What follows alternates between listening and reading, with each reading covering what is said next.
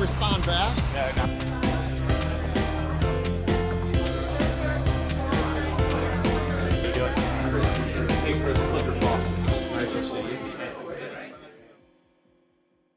Today is April 1st, and we're in Tampa, Florida for the first ever InterCity Visit.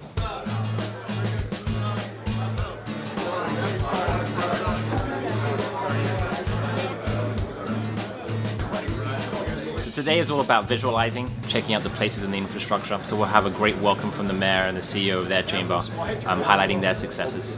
And then we're actually going to go and check it out. We have a whole bunch of excursions where our participants have all split up to go and look at Tampa so they have a better feel for it as we continue to explore it down the road. And what we're competing for is not necessarily the corporate relocations, although we do that. What we're competing for is intellectual capital. Well, it's pretty exciting. I mean, it's quite an honor. I grew up in the Northern Virginia area, so I'm very familiar with Richmond. And to know that, the folks in Richmond and the Chamber of Commerce cared enough about the progress that we've made to come down and see what we're doing right and what we're doing wrong really is not only an opportunity for me to tell Tampa's story, but to share ideas and to learn from each other. The one thing about cities is that the problems that we face and the challenges that we face are not unique to one city. We all share those same challenges. And finding solutions, and certainly as mayors, we collaborate a lot. So it's a win-win for both Richmond and for Tampa. Let's get it done, Richmond.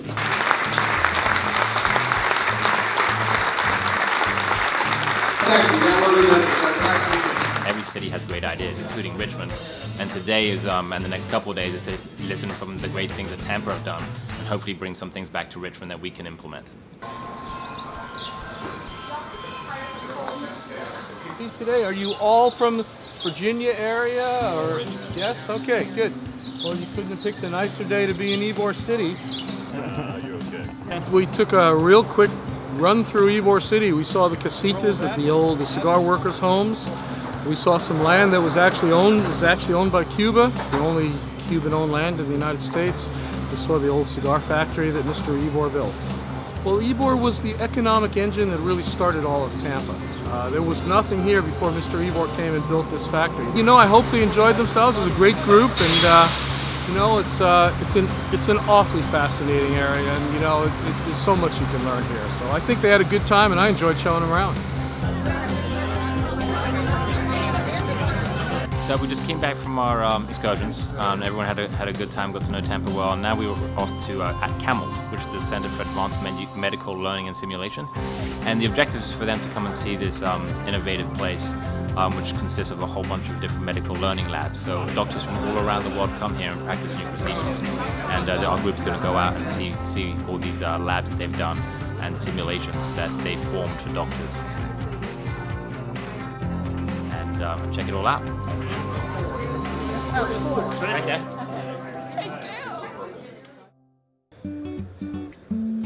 Day 2. So this morning is going to be a lot more about listening, and we have three great speakers planned. Our first one is John Ramil, who's the CEO of Tijo Energy, talking about leadership and how the public and private leaders have got together to move this region forward.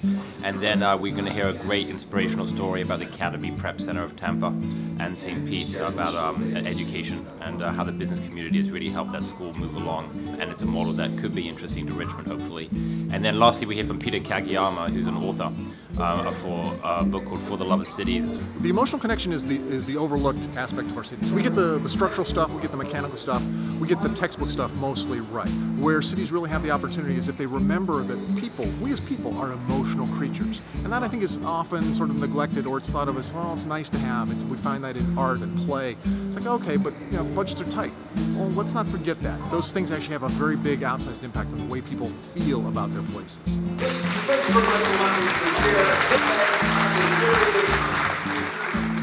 They're really doing well. I mean, the relationship building between them is just invaluable. The amount of work that we get to do even about Richmond here in Tampa is pretty phenomenal. But they're real troopers. They was a really busy afternoon yesterday, and they just rocked it.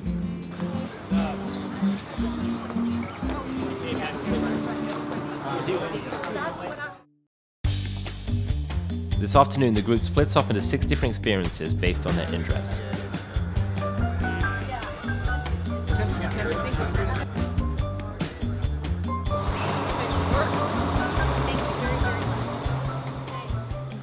are seeing some of the amazing exhibits at the Dali Museum, including the Warhol exhibit and the surrealism of Dali. We heard from the Chamber of Commerce CEO for St. Petersburg and the leader of the Arts Alliance, who's going to take us on a tour this afternoon of everything that's cool and wonderful about the Arts and Cultural District in St. Petersburg. What we're going to do is head out and we're going to drive down Central Avenue, which for us is an informal sort of avenue of the arts, if you will. Well, I think that the arts unify a community. They help build culture and strengthen bonds between different groups. People respond to the arts. It helps expand the depth of experience, the depth of living. It makes life a better place. We teach glass blowing here at St. Pete Hot Glass. We told you we just melt clear glass in the furnace.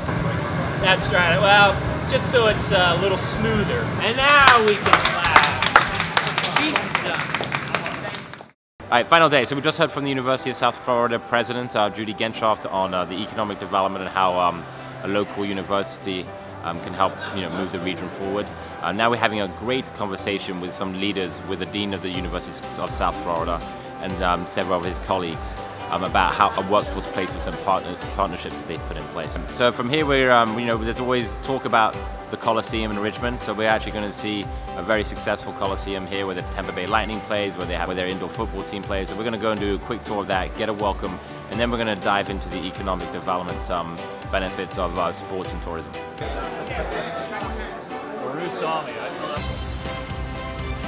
RVA!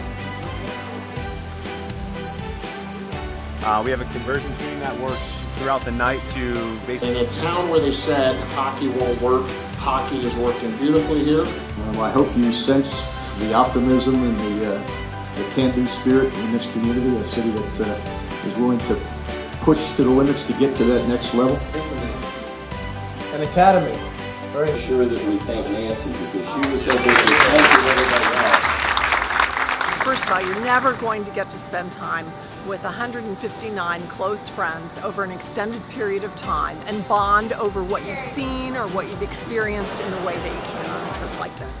So it's wonderful for building relationships. Getting the delegation out of Richmond, away from their day-to-day tasks, is really important because it gives Richmond leaders an opportunity to collaborate. We want to build the best Richmond, and in order to build the best Richmond, you have to be clear about what the paradigms are, be clear about what the best practices are in other places.